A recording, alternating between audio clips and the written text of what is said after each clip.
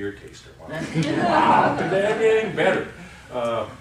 So they get paid about $12 an hour to play games like that. And we're hoping EA Sports, when the economy turns up, will bring a bigger piece of their creative wing to that campus, and will build a facility. And it's likely, it's probably the most immediate thing you might see, is a large indoor tennis facility on part of that property that would be this university, Southern, and the public could use as an indoor tennis large scale facility. And it would be back off of Nicholson. There's another, we're in the process of trying to acquire. The foundation owns now, and the university's trying to buy from the foundation the frontage on Nicholson. And then it goes back to whatever, what did you say that road is, GIS something? I never know. Space Research Institute. Oh, really? I didn't, you learn something every day. I'll just say that initial road, whatever those initial acronym road. And we had, when Katrina hit, you may know, the dental school moved up, and they were in there for a long time. There's still a small clinic. I think they're finally going to close it down. So there's a lot of space up there. We have just opened Business Emergency Operations Center. So if a hurricane hits, businesses can continue to operate from that site, at least on the technological side. And it's pretty impressive. It's a pretty nice facility. It was built in part by the Stevensons, who helped us fund the Stevenson Disaster Management Institute. Go ahead, Jerry. I was just curious about what's going on in Pennington. I've heard plans for a hospital out there. Now, there was a push to put a new Earl K. Long hospital there, but it's not going to happen. That was supposed to be, when that was dreamt, Pennington would eventually be an independent, standalone, self-supporting biomedical research center, and all that campus would be a magnet for private firms to cluster around it. To date, it hasn't moved quite in that direction. I even think, from what I hear, I haven't talked to Stephen, the director out there, about this, but I hear they're just going to, not mothball isn't the right term, but they're not going to complete the top 2 floors of that new building until they have enough activity to justify it. So they're just going to make it available and kind of complete the exterior, but not the interior. But I don't think, my understanding is they're not going to build a hospital out there. One thing on Lady Lake is awfully close. And so, if there is some benefit to geographic dispersion of hospitals, then you wouldn't probably put one there. But I do think people are wondering what to do with it.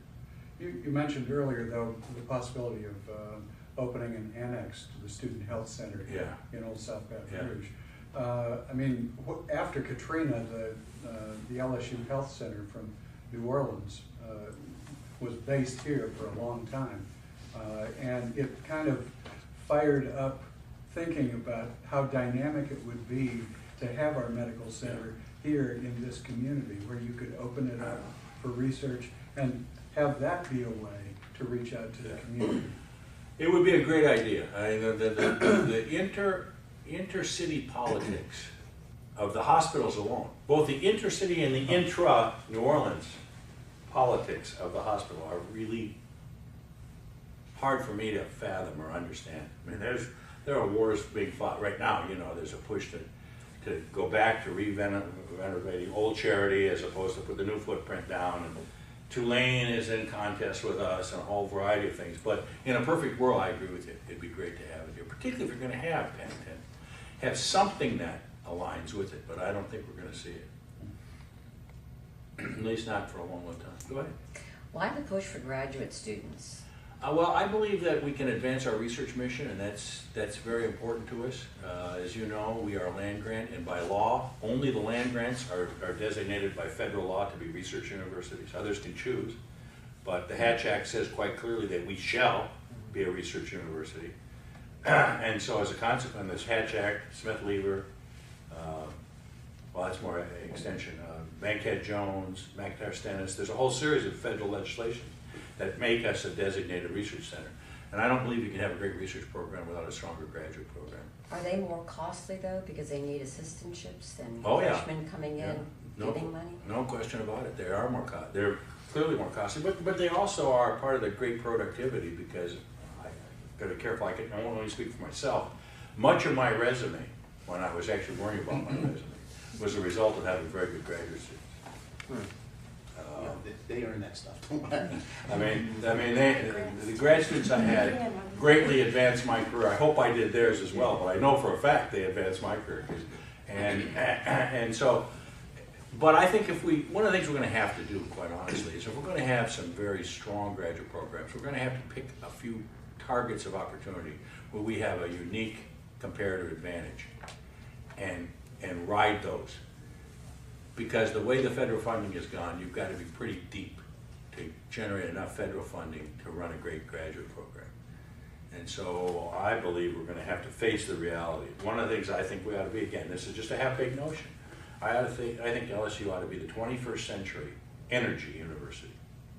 We already have a very established program in traditional energy. We ought to build on that expertise to be all things energy, from materials for conductivity, to materials for conservation, to models that create better movements of buses to reduce the carbon footprint, to whatever it is. We ought to be thinking in those terms. And that's one of the areas. I think we should also be the 21st century fragile coastal ecosystem university and learn and know all we can know about that, so that when a tsunami hits Indonesia, the first thing they say is, let's call LSU. And so I believe we've got to pick 4 or 5 of those. Not to say you give other stuff up entirely, but you have to decide which horses you're going to ride. I believe, there's controversy over this, probably one of the 5 greatest university presidents ever was Robert Hutchins at Chicago. You know the Hutchins story? In 1929, at the age of 29, he became president of a relatively sleepy urban university called the University of Chicago. They played football and sports in the Big Ten. At the time, we were pretty damn good. 2 years into his time, he announced, we're dropping all intercollegiate sports and focusing our attention on a handful of strong academic programs. And by 30 years later, there are more Nobel Prizes in economics coming out of Chicago than any other place in the planet. Robert Hutchins made some hard choices and focused. He came close to getting fired when he dropped intercollegiate sports. Matter of fact, he is quoted as saying at commencement 1939, the last year of 37, the last year they played in the Big Ten, that he had a whole stack of letters from alums fundamentally objecting to giving up sports.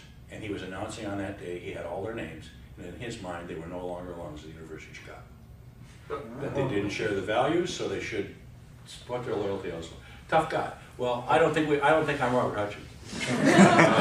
Don't misunderstand me. But I think there are some lessons in what Robert Hutchins did at Chicago that we can learn from, which is within the context of who we are and what we can be, we need to focus on some things that are uniquely strong at LSU. And I don't know what they all are, but 2 of them seem obvious to me. Go ahead. Is there any consideration being given to using LSU's already existing resources to create a world-class natural history museum? Yeah, I think that would be a very laudable and appropriate direction to take. Again, I think that's what you do. We have to identify what we have as core resources now and unique circumstances now and figure out how we build around those. And that's a perfectly legitimate conversation. I don't know, but I know we need to figure out what they are. I'm convinced of that, because universities, in the environment in which we live today, if you're spread too thin, you institutionalize mediocrity. And at some point, you got to decide we're going to be truly excellent at some stuff. And that may be a perfect example. I've been incredibly impressed with the arts programs here. For what is usually thought of as a very technical university, I think some of the most interesting students we have are in the arts. Now, the problem, of course, with the arts are that's the highest cost per student hour program we have. Music and dramatic arts. People think it's engineering, but it's music and dramatic arts, because there's so much one-on-one. You go over there, you walk through that building over there, and there's one person in each room with a faculty member playing the piano, playing the trombone, whatever. High cost, but very good. And I would never want to give up the strength we've already developed there. Real quick story, that one of the most fascinating things, we were in New York City for an event, and so we held an alumni event at a little pub in Manhattan. And we had probably 300 alums from LSU come to that event. One of whom is the young woman who sings with the Met. What's her name? Lisette?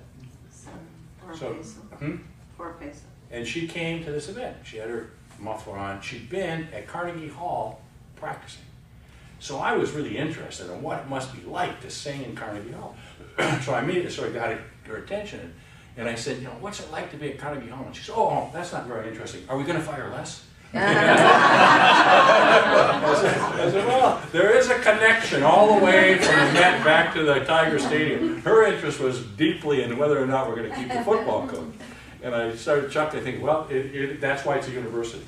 A great soprano can also be interested in the football program. So, you know, and that's another great, you know, I think we should take some pride in the fact that we are one of 2 universities in the country that has an athletic program that actually puts real cash back into the university. Now, there are some subsidies, obviously, that you don't count. They don't pay any rent for all that very good land. But no, neither does anyone else. So in the tradition of higher education, and again, why are we able to do that? Well, one is we only sponsor 20 sports. Many universities have expanded the number of sports to the point that then they have to take the revenues and put them into sports, and we have stuck to 20, and we're good at it. 2 years ago, we were the only university in the country, maybe ever, that all 20 teams went to postseason play. That's pretty remarkable. So they were excellent, and we are able to have a great track program, which doesn't generate any real money, because we've got a successful football program. And that's also part of what makes it a special place. And you saw I hit the athletic department up for a little bit of a ding on this latest budget cut, and Joe very cleverly increased parking fees. I'm not going to tell how to manage the business, but that's the way it worked. Go ahead. I was going to ask about our neighbors, Southern. Mm-hmm. And if there's any kind of, redundancy, Mm-hmm. is there an idea that LSU would give up a program so Yep. Southern could go more deeply into that? It's unfortunate. I'm speaking now for myself. I don't know what the Southern Board is up to, and I don't know. Kofi Lamonte and I have struck up a reasonably warm friendship, and we had had several conversations. Brandon was in on a couple of them about exactly that. What could we do where we could, and they could even teach their program here, and we could teach our program there. You know, that's what we do with ROTC. I think, Gaines, you know this, right? I mean, if you want to be in Air Force or Army, come here. If you want to be in Navy and Marines, you go there. And we just swap the kids into those programs. There are many opportunities. There's no other community in the country that has 2 land grants in the same town. They're in 1890, historically black land grant. We're in 1862. Nobody else has that advantage. But we don't take much advantage of it at all. And it's